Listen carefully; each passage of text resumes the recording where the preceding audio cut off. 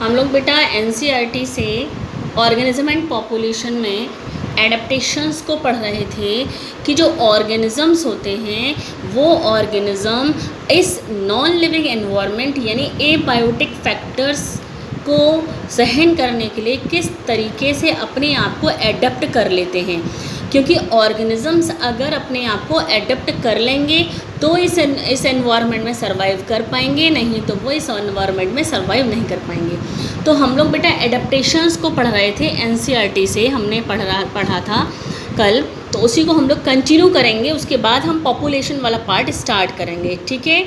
देखिए कल हमने आपको बताया था कि एडेप्टेशंस होते क्या हैं।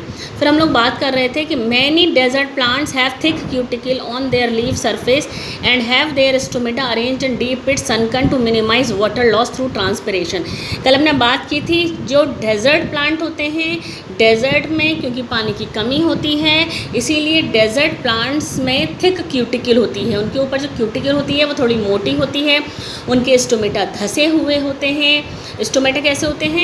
स्टोमेटा धसे हुए होते हैं, थिक क्यूटिकल होती हैं, पत्तियां कांटों में कन्वर्ट हो चुकी होती हैं, पत्तियां कांटों में बदल गई होती हैं। क्यों? क्योंकि कांटे जो होते हैं उनसे वाटर का एवोपरेशन नहीं होता है, इसीलिए वो स्टोमेटा वहाँ पर नहीं होते, इसीलिए वो बेटा पानी को कंजर्व करके रखते हैं, सुरक्षित करके रखते हैं अपने अंदर। They also have a special photosynthetic pathway CAM that enable their stomata to remain close during day.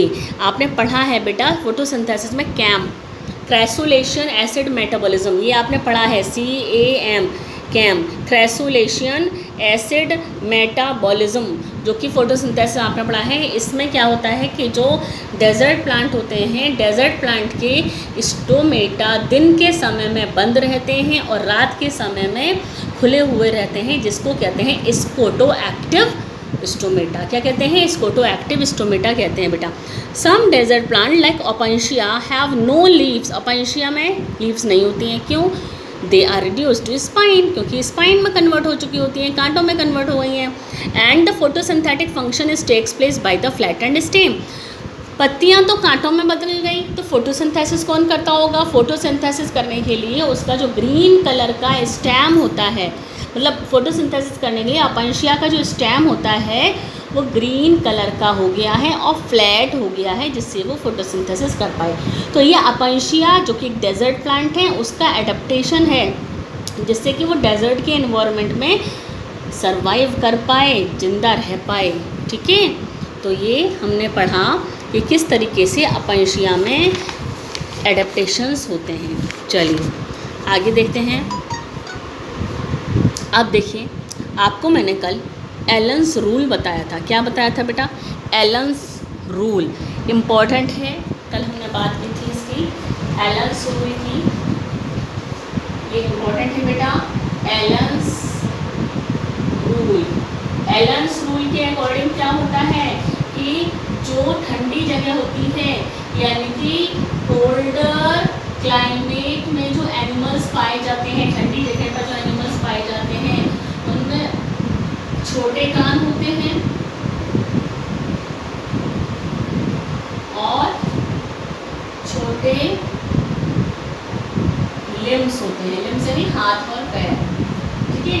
इसमें लिखा है एक्सट्रीमिटीज, लिम्स को और क्या कहते हैं बेटा? एक्सट्रीमिटीज।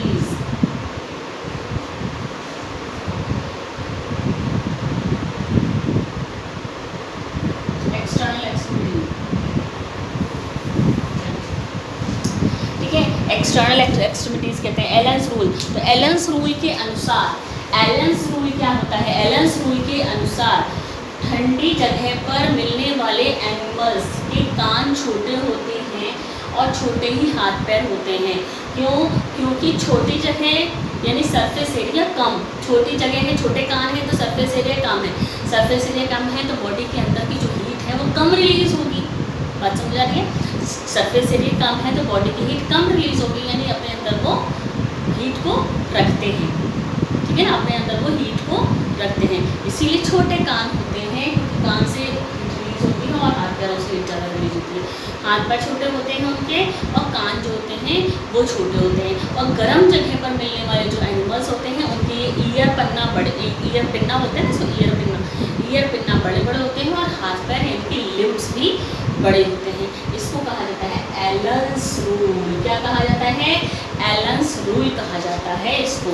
ठीक है, तो ये एडेप्टेशन है एनिमल्स में जो कि कोल्डर रीजन में रहते हैं या गर्म रीजन में रहते हैं, उसके अकॉर्डिंग। ठीक है, हमने कल ब्लबर की भी बात की थी बेटा। देखिए, in the polar seas aquatic animals like seal, polar seas यानी पोलर एरिया में जो समुद्र हैं वहाँ पर पानी ठंडा होगा तो उसके अंदर जो मछलियाँ होंगी उनको हीट चाहिए, उसके लिए उनमें क्या है, उनकी स्किन के नीचे फैट की लेयर है, उस फैट की लेयर को कहते हैं ब्लबर। क्या कहते हैं? ब्लबर। देखिए, in polar seas aquatic mammals like seals have a thick layer of fat below their skin that act as insulator and reduces loss of body heat। ठीक है ना, इंसुलेटर का काम करती है। ठीक है, आगे देखते हैं। some organisms possess adaptations that are physiological which allow them to respond quickly to a stressful condition. आपको मैंने कल बताया था कि ये जो एडेप्टेशंस होते हैं, ये एडेप्टेशंस फिजियोलॉजिकल, बायोकेमिकल, स्ट्रक्चरल कुछ भी हो सकते हैं। हम अगर physiological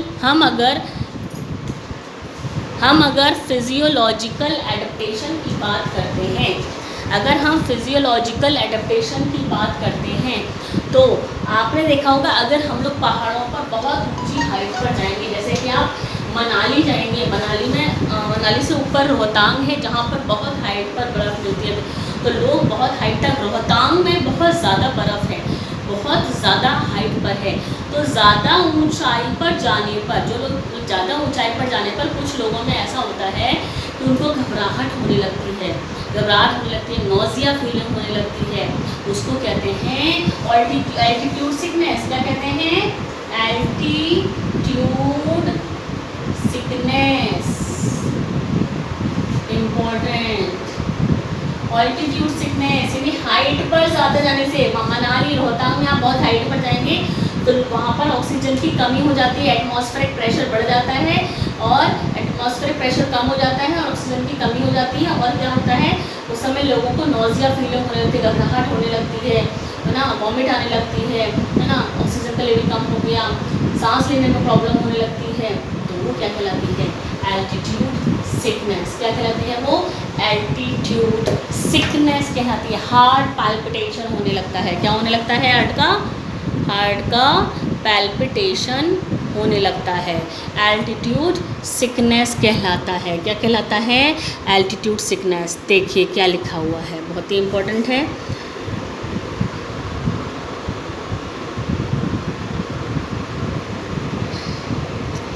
Some organisms possess adaptation that are physiological to allow them to respond quickly in stressful situation.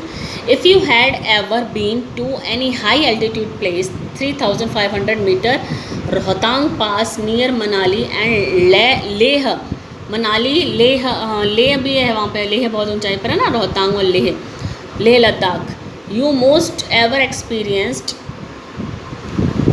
more experienced that whoever experienced what is called altitude sickness, its symptoms। क्या symptoms होते हैं altitude sickness के? Nausea यानी vomit feel होना, fatigue घबराहट, heart palpitation दिल में घबराहट, हार्ट में घबराहट होने लगती है एकदम से। This is because in the low atmospheric pressure of high altitude पर, ज़्यादा ऊंचाई पर जाने पर एटमॉस्फेरिक प्रेशर हो गया कम, हाई एल्टीट्यूड पर एटमॉस्फेरिक प्रेशर हो गया कम। The body does not get enough oxygen, और बॉडी को पूरी ऑक्सीजन नहीं मिल पाती है। तो उस कंडीशन में क्या होता है? ऑक्सीजन नहीं मिल पा रही है यानी कि सांस लेने में दिक्कत, क्योंकि आपको मालूम है हीमोग्लोबिन ही सब करता है। But gradually you get acclimatized and stop experienced altitude sickness, लेकिन थोड़ी देर बाद आप सही हो जाते हैं। क्यों? How did your body solve this problem? आपकी बॉडी ने ये प्रॉब्लम सॉल्व कैसे की? देखिए, the body compensates low oxygen availability by increasing red blood cell production, decreasing the binding affinity of hemoglobin and by increasing breathing rate। यानी कि जैसे ही ऊंची हाइट पर आप गए, आप रोहतांग गए, वहाँ पर आपको घबराहट होनी शुरू हो गई। क्यों घबराहट होनी शुरू हो गई? क्योंकि वहाँ पर एटमॉस्फेरिक प्रेशर था कम, ऑक्सीजन हो गई कम, घबराहट होने लगी। आपकी बॉडी तुरंत कंपेंसेट कर दिया, आपकी बॉडी ने कंपेंसेट करा, यानी कि आपकी बॉडी ने क्या करा? आरबीसी के प्रोडक्शन को बढ़ा दिया। आपकी बॉडी में आरबीसी इंक्रीज होने लग गई, आरबीसी का प्रोडक्शन इंक्रीज हो गया, आरबीसी तो बढ़ने लग गई, लेकिन हीमोग्लोबिन की बाइंडिंग कम हो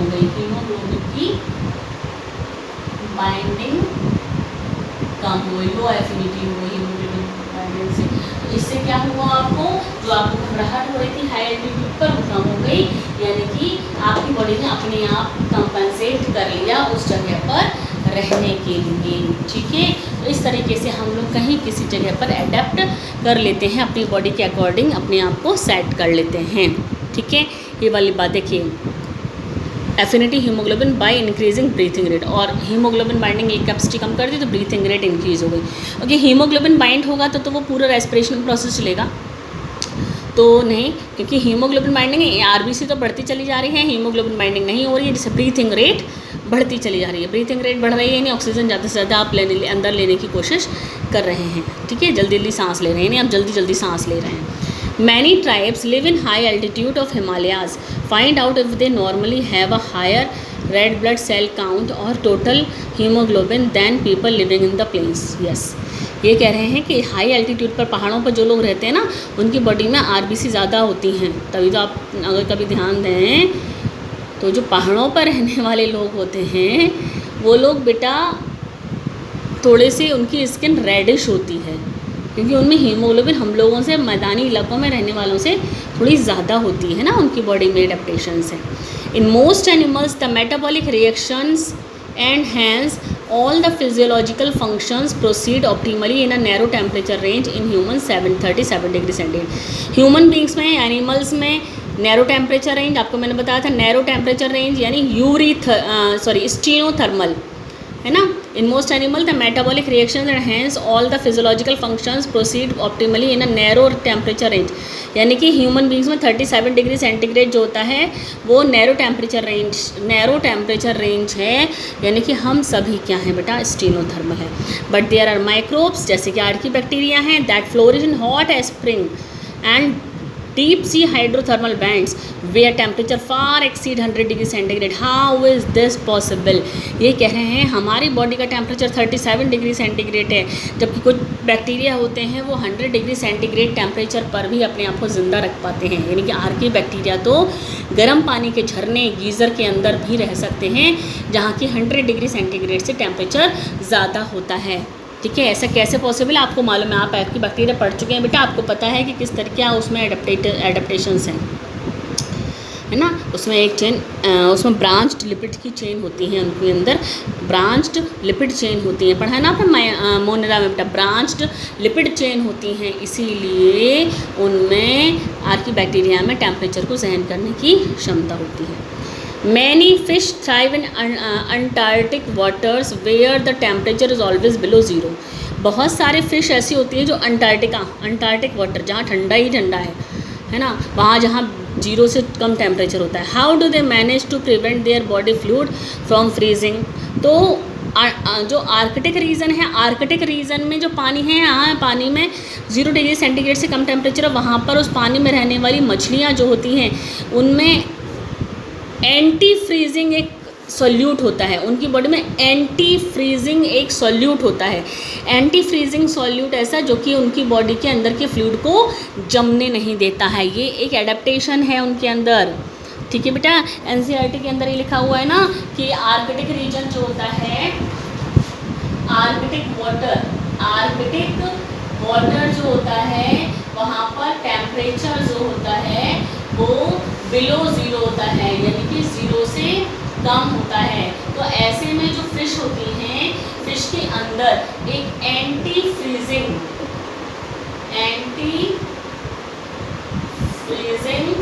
सॉल्यूट पाया जाता है, एंटी फ्रीजिंग सॉल्यूट पाया जाता है, जो कि इतने कम टेम्परेचर पर जमता नहीं है, फ्रीज नहीं होता है। ये एडेप्टेशन है, इसीलिए वहाँ पर उस पानी में, आर्कटिक वाटर में ये फिश रह पाती हैं। ठीक है, तो यहाँ पर ये पूछा है इन्होंने बेटा।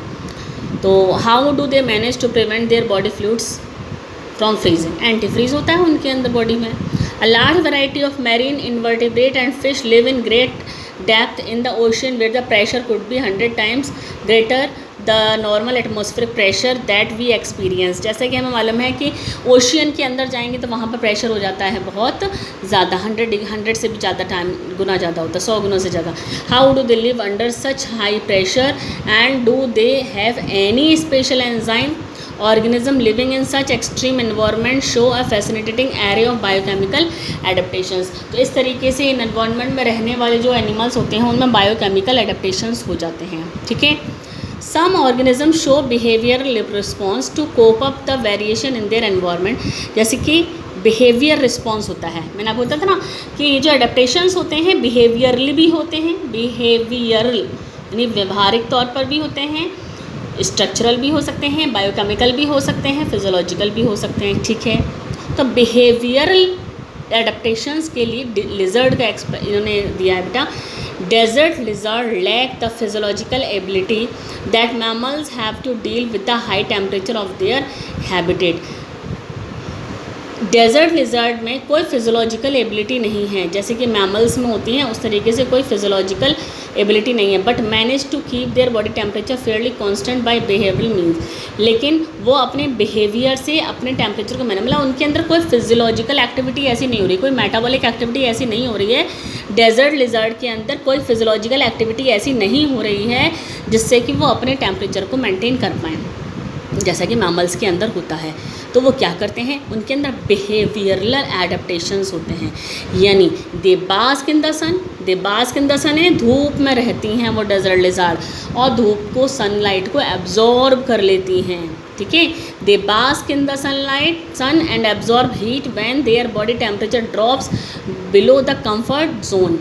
जब उनका बॉडी टेम्परेचर कम होने लगता है, उनको लगता है बॉडी टेम्परेचर कम हो रहा है, फटाफट से धूप में जाके वो बैठ जाती है, समझ लीजिए ना, वहाँ पर ही रहती हैं, बास्क करती हैं, यानी वहीं पर रहती हैं और अपने टेम्परेचर को इंक्रीज़ कर लेती हैं। ठीक है, एब्जॉर्ब कर लेती है ना heat. But move in to shade when the ambient temperature starts increasing. लेकिन जैसे जैसे टेम्परेचर उनको लगता है बढ़ने लग गया है, उनकी बॉडी का टेम्परेचर ज़्यादा हो जाएगा, वैसे वो शेड की तरफ मूव करना शुरू कर देती हैं, शेड में जाने लगती हैं। ठीक है, छाया में जाती हैं। ठीक है, some species are capable of burrowing in the soil to hide and escape from the above ground heat. और आपको मालूम है कुछ एनिमल्स तो ऐसे होते हैं जो कि बिल के अंदर घुस जाते हैं, ज़्यादा गर्मी पड़ती है तो बिल के अंदर घुस जाते हैं। ठीक है, तो इस तरीके से बेटा हमने ये क्या देखे, एडेप्टेशंस। हमने क्या देखे, एडेप्टेशंस। जितने भी एबायोटिक फैक्टर्स हमने पढ़े थे वो एबायोटिक फैक्टर्स के लिए रिस्पॉन्स हमने देखा कि रेगुलेटर्स कौन से होते हैं, कन्फॉर्मर्स कौन से होते हैं, ये सारे देखे आपने बेटा।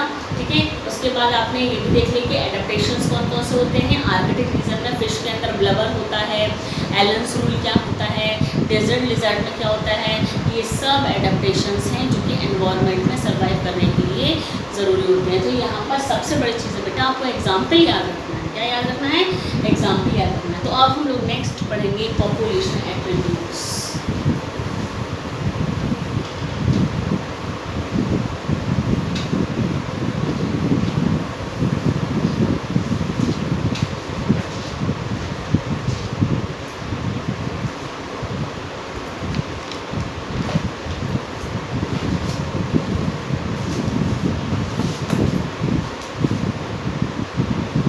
पॉपुलेशन एट्रीब्यूट्स, पहली चीज़ तो ये बेटा पॉपुलेशन का मतलब क्या है। पॉपुलेशन का मतलब है group of individual, group of individuals. ठीक है, अब ग्रुप ऑफ इंडिविजुअल यानी कुछ लोगों का ग्रुप। अब वो ग्रुप कैसा है, सेम स्पीशीज का, group of individual of same species, जिसमें वो लोग क्या करते हैं, मेट के साथ रहते हैं, ठीक है ना, और क्या करते हैं, कोप अप करते हैं एनवायरनमेंट से, शेयर करते हैं, कॉम्पीट करते हैं, सेम रिसोर्सेज मतलब जिस जगह पर वो रह रहे हैं इंडिविजुअल, वो शेयर करते हैं वहाँ के रिसोर्सेज को, शेयर भी करते हैं और कॉम्पीट भी करते हैं, कॉम्पीट यानी एक दूसरे से कॉम्पिटिशन भी करते हैं। दूसरा, ये सारे जो होते हैं पॉपुलेशन में, एक ही स्पीशीज़ की जो पॉपुलेशन है वो इंटरब्रीडिंग यानी आपस में रिप्रोडक्शन भी करते हैं। तो पॉपुलेशन क्या है, पॉपुलेशन इंडिविजुअल का एक समूह है, कुछ इंडिविजुअल का एक समूह है एक ही स्पीशीज़ की, जिसमें वो शेयर करते हैं रिसोर्सेज को, कॉम्पीट करते हैं और इंटर ब्रीडिंग भी करते हैं। एट्रीब्यूट्स क्या होते हैं बेटा, एट्रीब्यूट्स का मतलब होता है, एट्रीब्यूट्स का मतलब होता है कि वो फैक्टर्स जो कि पॉपुलेशन के बारे में बताते हैं। एट्रीब्यूट्स का मतलब कुछ फैक्टर्स ऐसे होते हैं जो पॉपुलेशन के जिम्मेदार होते हैं, कुछ फैक्टर्स ऐसे होते हैं जो कि पॉपुलेशन में रिस्पॉन्सिबल फैक्टर्स होते हैं। कैसे फैक्टर्स होते हैं, पॉपुलेशन में रिस्पॉन्सिबल फैक्टर्स होते हैं, जैसे कि डेथ रेट, बर्थ रेट, ठीक है ना, death rate, birth rate, age, male और फीमेल का रेशियो, सेक्स रेशियो जिसको बोलते हैं, वो सारे ही एट्रीब्यूट्स कहलाते हैं। हमें अब एट्रीब्यूट्स के बारे में ही पहले पढ़ना है। क्या पढ़ना है हमें, एट्रीब्यूट्स के बारे में ही हमें सबसे पहले पढ़ना है। तो हम यहाँ पर एट्रीब्यूट्स में नंबर 1 एट्रीब्यूट पढ़ेंगे। हम अब क्या पढ़ रहे हैं, एट्रीब्यूट्स।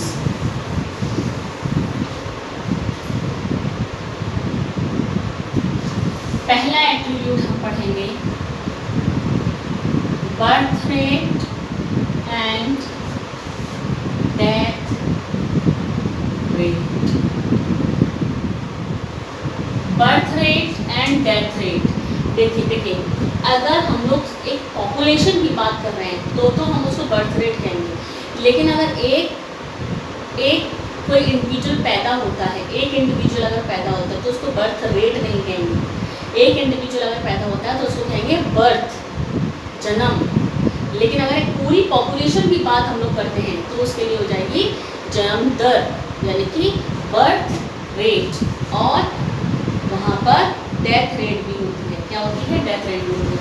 अब इसको हम लोग कैसे कैलकुलेट करेंगे, कैसे कैलकुलेट करेंगे, सपोज हमने कहा कि एक पॉन्ड है, एक तालाब है, इसमें 20 लोटस कमल के फूल हैं, 20 कमल के फूल हैं, लोटस के फूल हैं 20, ठीक है ना।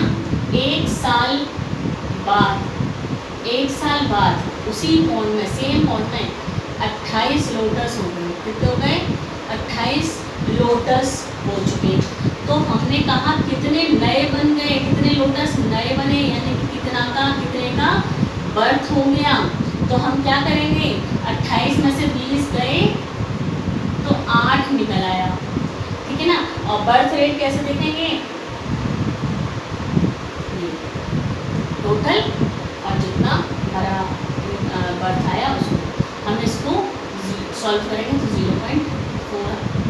ये है हमारी बर्थ रेट, जिसको पर कैपिटा में नापा जाता है। किसमें नापा जाता है, पर कैपिटा में नापा जाता है। ये है बर्थ रेट। इस तरीके से बर्थ रेट निकाल लेते हैं। क्या निकाल लेते हैं, बर्थ रेट निकालते हैं इस तरीके से हम लोग ना, ठीक है। न्यू इंडिविजुअल जो पैदा हुए वो बर्थ रेट लाते हैं, और इसी तरीके से जितने हमारे टोटल पॉपुलेशन में जितने खत्म हुए उसको हम लोग डेथ रेट कर देते हैं, ठीक है। पहला एट्रीब्यूट है birth rate and death rate. बात समझ आ रही है बेटा, जिसको हम लोग पर कैपिटा में नापते हैं। एक विभिन्न पॉपुलेशन है, उसमें कितने पैदा हुए, नए आके जुड़ गए, जो नए आकर जुड़ गए उसको बोलते हैं बर्थ रेट। क्या बोलते हैं बेटा, बर्थ रेट बोलते हैं। अब हम लोग दूसरा पढ़ेंगे सेक्स रेशियो, दूसरा एट्रीब्यूट। पहला एट्रीब्यूट पॉपुलेशन के एट्रीब्यूट पढ़ रहे हैं पहले हम लोग, पहला एट्रीब्यूट पढ़ा birth rate and death rate. दूसरा पढ़ेंगे सेक्स रेशियो।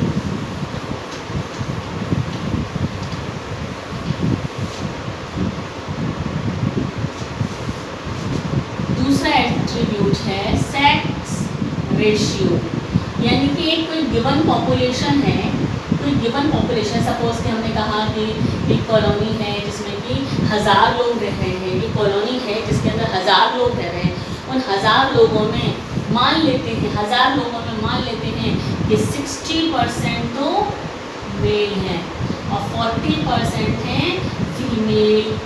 ये है सेक्स रेशियो। 1000 लोग रह रहे हैं अगर एक कॉलोनी के अंदर, उन 1000 लोगों में सेक्स रेशियो क्या है, तो हम लोग काउंट करेंगे तो उसका सेक्स रेशियो निकालेंगे कि 60% मेल है और 40% फीमेल हैं। इस तरीके से क्या बोलते हैं इसको बेटा, ये बोलते हैं सेक्स रेशियो। क्या बोलते हैं? Sex ratio. ठीक है, फिर हम तीसरे एट्रीब्यूट पर आते हैं बेटा। पहला attribute birth rate, death rate. दूसरा एट्रीब्यूट सेक्स रेशियो, कितने मेल हैं कितने फीमेल, पूरी पॉपुलेशन को लेकर चल रहे हैं हम लोग। तीसरा एट्रीब्यूट है बेटा, तीसरा एट्रीब्यूट हम लोग पढ़ेंगे एज डिस्ट्रीब्यूशन। Age distribution.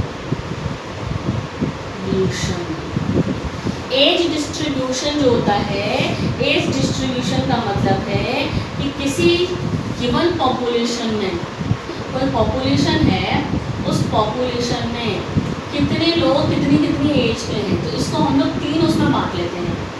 इसके 3 ब्रैकेट होते हैं। क्या होते हैं इसके? 3 ब्रैकेट्स होते हैं।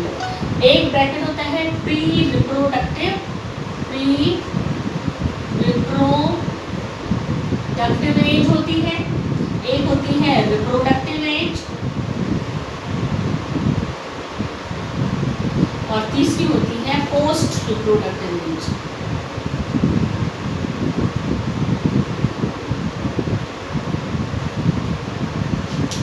एज डिस्ट्रीब्यूशन में कोई गिवन पॉपुलेशन है, उस पॉपुलेशन के अंदर हमें ये देखना है कि एज का डिस्ट्रीब्यूशन कैसे है, यानी कि उस पॉपुलेशन के अंदर कितने कितनी एज के लोग कितने कितने परसेंट हैं।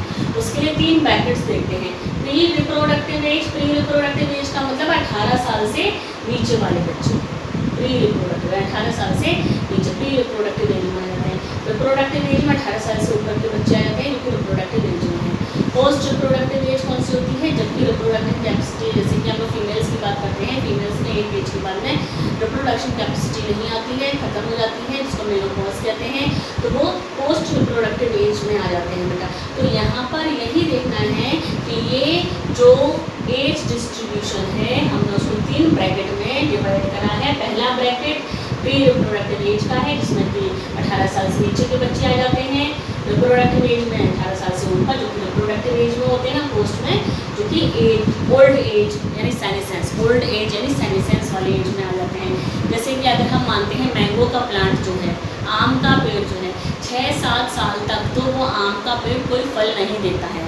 6-7 साल तक वो आम का पेड़ कोई फल नहीं देता है, यानी वो उसकी जुवेनाइल स्टेज चल रही होती है। आपने ये पहले चैप्टर में भी पढ़ा है बेटा, जुवेनाइल एज और सेनेसेंस एज, सारे रिप्रोडक्टिव एज।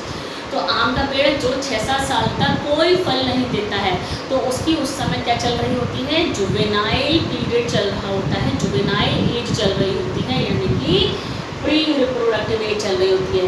फिर उसमें फल आना शुरू होते हैं, तो फल को देख के हम ये समझ जाते हैं कि यस अब इसमें रिप्रोडक्टिव एज आ गई है। क्या आ गई है? इसमें रिप्रोडक्टिव एज आ गई है। और जब कोई चीज़ ऐसी होती है कि कोई पेड़ ऐसा होता है कि फल देना बंद ही करते हैं, क्योंकि अब कोई फल नहीं आ रहे हैं, इसका मतलब ये है कि अब वहाँ पर रिप्रोडक्टिव एज खत्म हो चुकी है। ठीक है, चलिए, तो इस एज डिस्ट्रीब्यूशन को हम लोग 3 तरीके से समझेंगे। किस तरीके से समझेंगे? एज पिरामिड के थ्रू। हमें इसमें पढ़ना पड़ेगा एज पिरामिड्स। क्या पढ़ना पड़ेगा बेटा? Age pyramid. हम लोग इसमें इन्हीं 3 ब्रैकेट के अनुसार, इन्हीं 3 ब्रैकेट के अनुसार एज पिरामिड को समझेंगे। एज डिस्ट्रीब्यूशन को हम लोगों को समझना है एज पिरामिड के आधार पर। तो हम लोग एज डिस्ट्रीब्यूशन से रिलेटेड एज पिरामिड को बनाएंगे और उसको समझेंगे। तो 3 प्रकार के एज पिरामिड को पढ़ना है हमें। कितने प्रकार के एज पिरामिड को पढ़ना है? 3 प्रकार के एज पिरामिड को पढ़ना है। कौन कौन से? एक होता है ग्रोइंग एज पिरामिड, एक होता है स्टेबल, और एक होता है डिक्लाइन। एक होता है ग्रोइंग जो इंडिया में है, एक होता है स्टेबल जो कि ऑस्ट्रिया में है, एक होता है डिक्लाइन जो कि जापान में है। ठीक है, इस तरीके से हम एज पिरामिड बेटा पढ़ेंगे। नेक्स्ट लेक्चर में हम लोग इसको बनाएंगे, किस तरीके से एज पिरामिड बनाने हैं, और फिर हम लोग इसके बाद और भी पॉपुलेशन एट्रीब्यूट्स को समझेंगे। ठीक है।